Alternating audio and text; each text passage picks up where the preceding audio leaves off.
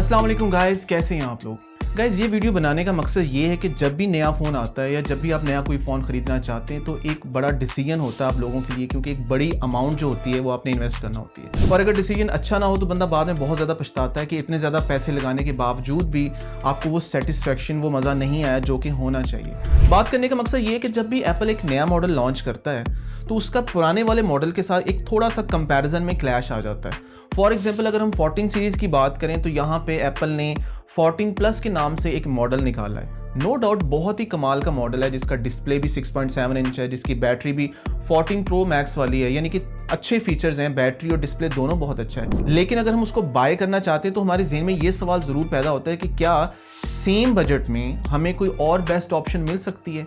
सो इस बात को अच्छे से समझने के लिए मैं थोड़ा सा आपको रेफरेंस के तौर पे ये बता देता हूँ कि इससे पहले भी जब एप्पल ने पास्ट में अपने स्पेशल मॉडल निकाले, जैसे 10R निकाला था, आईफोन 11 निकाला था, यानी आईफोन 10R की दफ़ा मैं हमेशा आप लोगों को ये रेकमेंड करता हूँ कि 10R से आईफोन 10 लेना बेहतर है, क्योंकि इसमें डुअल कैमरा मौजूद है, प्रीमियम मॉडल है, OLED डिस्प्ले है, जबकि 10R में ऐसा कुछ भी नहीं था, LCD मॉडल था और सिंगल कैमरा मौजूद था। इसी तरह आईफोन 11 की बारी भी ये होता है कि आईफोन 11 से बेहतर है कि आप 10s मैक्स ले लें। इसी तरह 12 की सीरीज़ में देख लें, 13 की सीरीज़ में देख लें, यानी 12 की सीरीज़ में वो लोग जो 12 प्रो लेना चाहते हैं तो मैं उनको सजेस्ट करता हूँ कि आप 11 प्रो मैक्स ले लें, और इसी तरह जो 13 लेना चाहते हैं तो मैं उनको कहता हूँ कि 12 प्रो मैक्स या 12 प्रो की सीरीज़ में चले जाएं। यानी कि आप एक स्टेप पीछे आ जाते हैं, लेकिन आपको जो प्रीमियम मॉडल होता है वो देखने को मिलता है। लेकिन इस साल ये वाला जो डिसीजन है ना, ये बहुत ही क्रूशल है। यानी कि पहले तो ये होता था कि एप्पल चलो एक चिप अपग्रेड कर देता था, तो आप सोचते थे कि यार नए मॉडल में नई चिप है तो पुराने मॉडल में पुरानी चिप होगी। हालांकि इससे कोई ज़मीन आसमान का फ़र्क नहीं पड़ता, यानी कि परफॉर्मेंस में आपको कोई इतना मेजर डिफरेंस जो है उसमें देखने को नहीं मिलता। लेकिन इस साल तो 14 की सीरीज़ में जो चिप है नॉन प्रो मॉडल में वो वही है जो 13 की सीरीज़ में हमें देखने को मिली थी। सो इस वीडियो को बनाने का मेन मकसद मेरा ये है कि वो दोस्त जो 14 प्लस की तरफ जाना चाहते हैं उनको पता है कि 14 प्लस जो है वो एप्पल ने $900 में लॉन्च किया है, और जो प्रो मॉडल की सीरीज़ है वो $1000 और $1100 में रिस्पेक्टिवली उसको लॉन्च किया है। इसी तरह पिछले साल भी हमें 13 प्रो मैक्स जो था और 13 प्रो जो था वो $1000 में और $1100 में लॉन्च एप्पल ने किया था। सो अगर अब हम देखें कि 14 प्रो और प्रो मैक्स के मॉडल लॉन्च होने के बाद टेक्निकली जो 13 के जो मॉडल हैं, यानी 13 प्रो और 13 प्रो मैक्स के मॉडल जो हैं वो अप्रॉक्सीमेटली $200 से $300 जो है उनकी प्राइस कम हो जाएगी मार्केट में। ऑब्वियसली वो आपको एप्पल स्टोर से नहीं मिलेंगे, लेकिन जो दूसरी मार्केट होती है, थर्ड पार्टी जो सेलर्स होते हैं वो तो अभी भी उसको ऑफर करेंगे, वहाँ पे आपको वो नॉन एक्टिव फ़ोन मिल सकते हैं। So on the other hand जो 14 प्लस का मॉडल है वो भी $900 की प्राइस कैटेगरी में फॉल करता है। सो आप अगर दोनों को देखें, यानी 13 प्रो मैक्स और आईफोन 14 प्लस जो है, ये दोनों सेम ही कैटेगरी में फॉल करते हैं, यानी प्राइस के हिसाब से मैं बात करता हूँ। सो अब यहाँ पे हमें देखना ये है कि हमारे लिए कौन सा जो मॉडल है सेम प्राइस लाइन में वो लेना जो होगा वो हमारे लिए ज़्यादा यूजफुल होगा, बेनिफिशियल होगा। तो अब दोनों का थोड़ा सा कंपैरिजन देख लें कि 14 प्लस में जो डिस्प्ले है वो 6.7 इंच है, 13 प्रो मैक्स में भी 6.7 इंच है, बट 13 प्रो मैक्स का जो डिस्प्ले है वो प्रो मोशन डिस्प्ले है।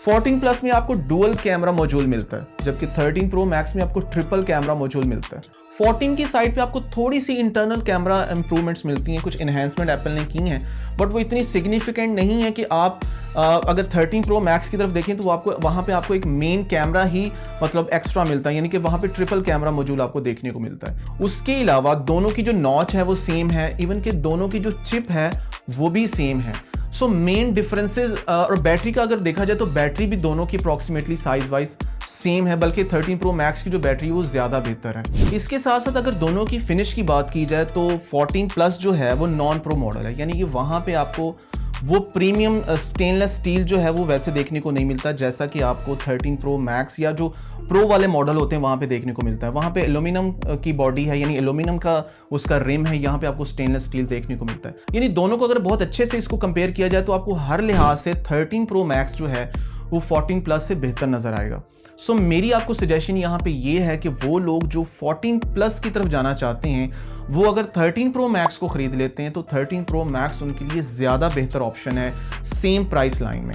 और अगर आपका बजट ज़्यादा है तो फिर तो डेफिनेटली आपको 14 प्रो और 14 प्रो मैक्स की तरफ जाना चाहिए। बट स्टिल अगर आप 14 प्लस लेना चाहते हैं तो 13 प्रो और 13 प्रो मैक्स की जो कैटेगरी है वो आपके लिए बहुत ज़्यादा फिजिबल है हर लिहाज से, क्योंकि उसके फीचर भी प्रीमियम है, उसके अंदर वो सारी चीज़ें आपको मिलेंगी जो आपको प्रो मॉडल्स में देखने को मिलती हैं। सो ये बात हमेशा अपने माइंड में रखिए कि जब भी नए मॉडल आते हैं उसमें जो नॉन प्रो मॉडल होते हैं उनकी जो प्राइस लाइन होती है वो आपके पिछले साल के जो प्रीमियम मॉडल होते हैं उनके बराबर ही फॉल करती है। सो हमेशा एक साल पुराना मॉडल जो होता है सेम प्राइस लाइन में उसको प्रेफर किया करें, क्योंकि वहां पे आपको ज़्यादा अच्छे से फीचर और ज़्यादा उसकी जो कलर ऑप्शन और प्रीमियम लुक जो वो देखने को मिलती है, रादर देन कि आप सिर्फ एक लेटेस्ट डिवाइस की तरफ जाने के लिए कि यार ये 14 नंबर है या 13 नंबर है, आपने लेटेस्ट की तरफ जाना है, उसके लिए आप उसको प्रेफर करें। सो मेरा बेसिकली मकसद ये है कि आप लोगों के सामने एक बेस्ट ऑप्शन रखूं, आप लोगों के माइंड में अगर कोई क्लैरिटी नहीं है तो उसको क्लियर करूं। डिसीजन आपका है, फाइनल चॉइस आपकी है, आप अपनी मर्जी से जोन सी भी डिवाइस लेना चाहते हैं, 14 प्लस लेना चाहते हैं या 13 प्रो मैक्स की तरफ जाना चाहते हैं। ऑब्वियसली वो वाले यूज़र जो 13 प्रो मैक्स ऑलरेडी यूज़ कर रहे हैं या 13 प्रो यूज़ कर रहे हैं उनके लिए तो ये ऑप्शन बेहतर नहीं है, वो तो डेफिनेटली 14 की कैटेगरी में जाएंगे और मोस्ट प्रोबेबली वो 14 प्रो और 14 प्रो मैक्स की तरफ जाएंगे। बट मेरे वो दोस्त जो कि 13 सिंपल यूज़ कर रहे थे वो 14 प्लस या 14 की तरफ जाना चाहते हैं, तो मैं उनके लिए स्पेशली ये सजेशन है कि वो 13 अगर यूज़ कर रहे हैं तो वो 13 प्रो और 13 प्रो मैक्स की तरफ मूव कर जाएं, ना कि वो 14 प्लस की तरफ आएं। सो गाइस ये था आज का वीडियो। अगर वीडियो अच्छा लगा हो तो प्लीज़ इसको लाइक कर दें, शेयर करें, इस चैनल को भी सब्सक्राइब कर दें और बेल आइकॉन को प्रेस कर दें ताकि इस तरह के वीडियोज़ आपको मिलते रहें। इंशाल्लाह मिलता हूं मैं आपसे नेक्स्ट वीडियो में। अल्लाह हाफिज़।